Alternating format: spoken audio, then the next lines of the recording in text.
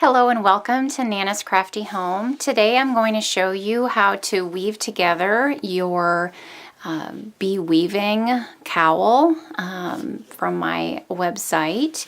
And you can see here that I have completed my pattern. I have also, and this is important, I have woven in all of my ends, tucked in all of my loose ends from my yarn. And the reason I did that is having all of those loose ends hanging out all over really makes it more difficult to weave together the ends as you would like them. So it's important that you take that step before you get to this point.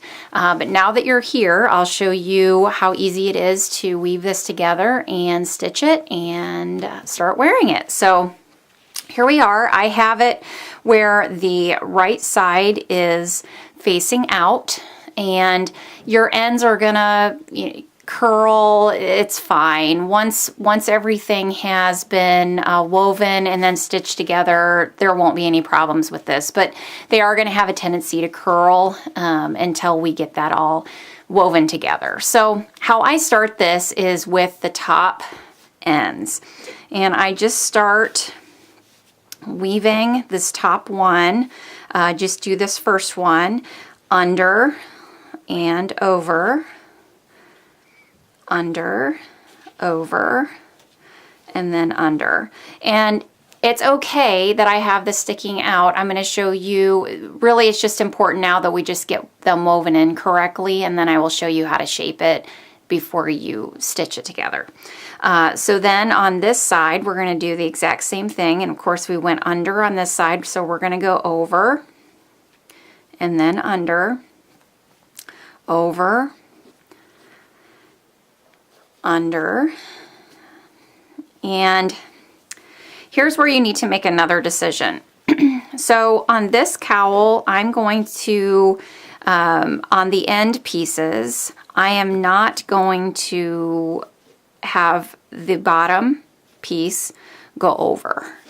So what I'm going to do once I'm done weaving is those bottom pieces will all be underneath, but I'm going to do that last. So right now, just to make sure everything is in its proper place, I will go ahead and weave it together as if I'm leaving all the pieces the same. And then go ahead and do now your second from the other side. So you can see here that this was over, so we want to go, well, under. So the gray piece was under on the last one, so we're going to go over and then under and then over and under. And you can see if you're weaving it properly, the pieces just start aligning and falling into place where they're supposed to go. So then we'll do this third one, and you can see here that it was over, under, over, under, and then over. And again, it doesn't matter that these end pieces are kind of different. I'm going to show you what we're going to do here in a bit, which will make all those pieces even. And then this piece, we will go, it was under, so over, under,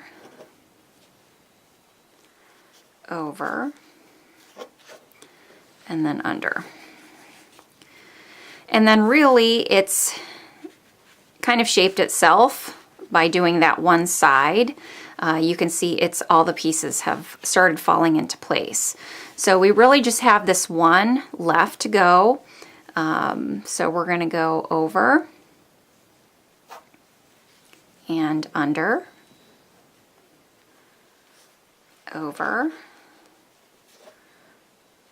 So essentially we have our shaped piece for the most part, but you can see here we've got some of these odd ends that are a little bit out of place, longer than what they should be. And you're going to find that that top one is that way, and we're going to want to just pull and pull and pull and pull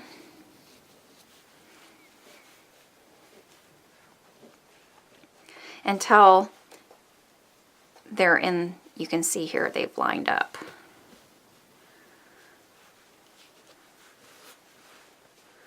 And you can say here it will shape itself, and you don't need to worry about that.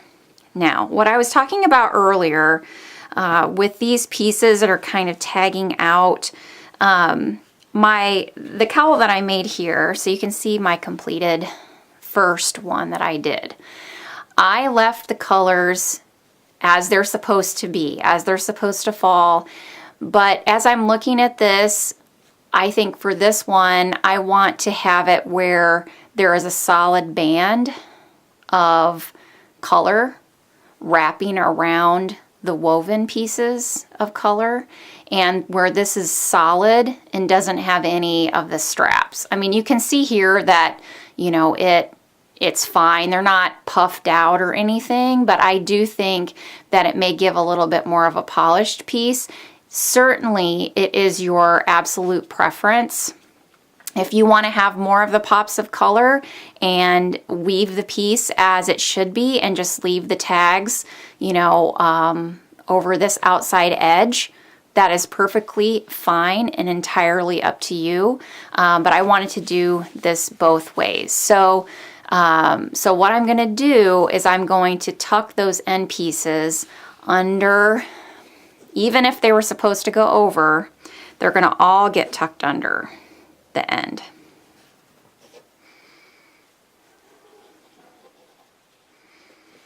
And if anything's kind of sticking out a little bit, not where it's supposed to be,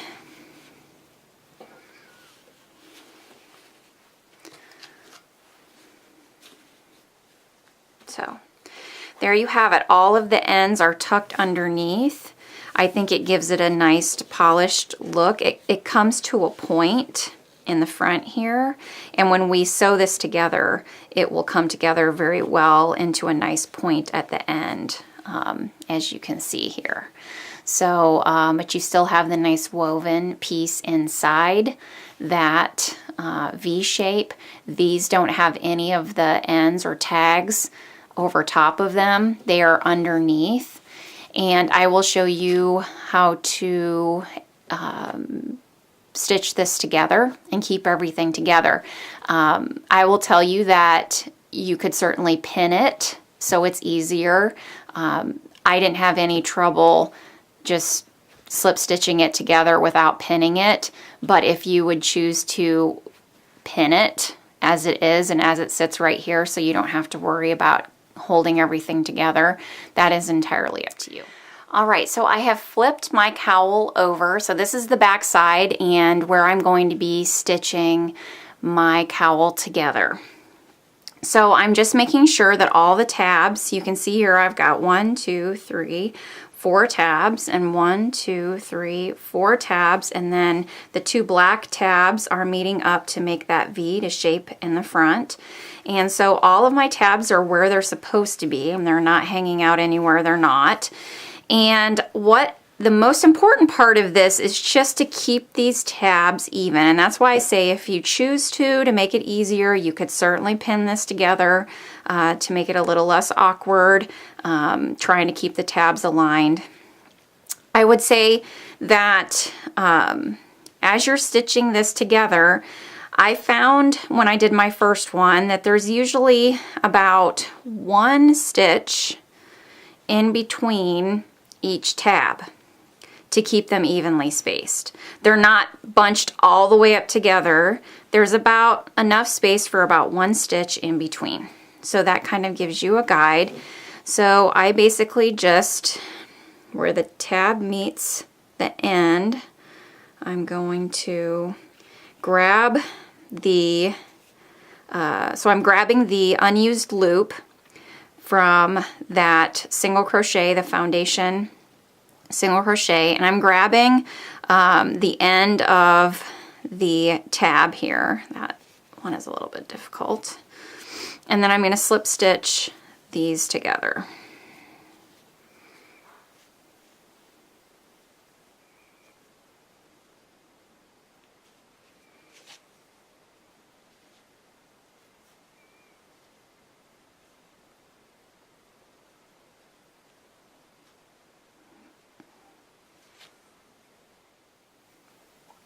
And then as I said, there's like one stitch in between, so I'm just going to do a slip stitch in that unused loop, go to the next loop, grab my next tab,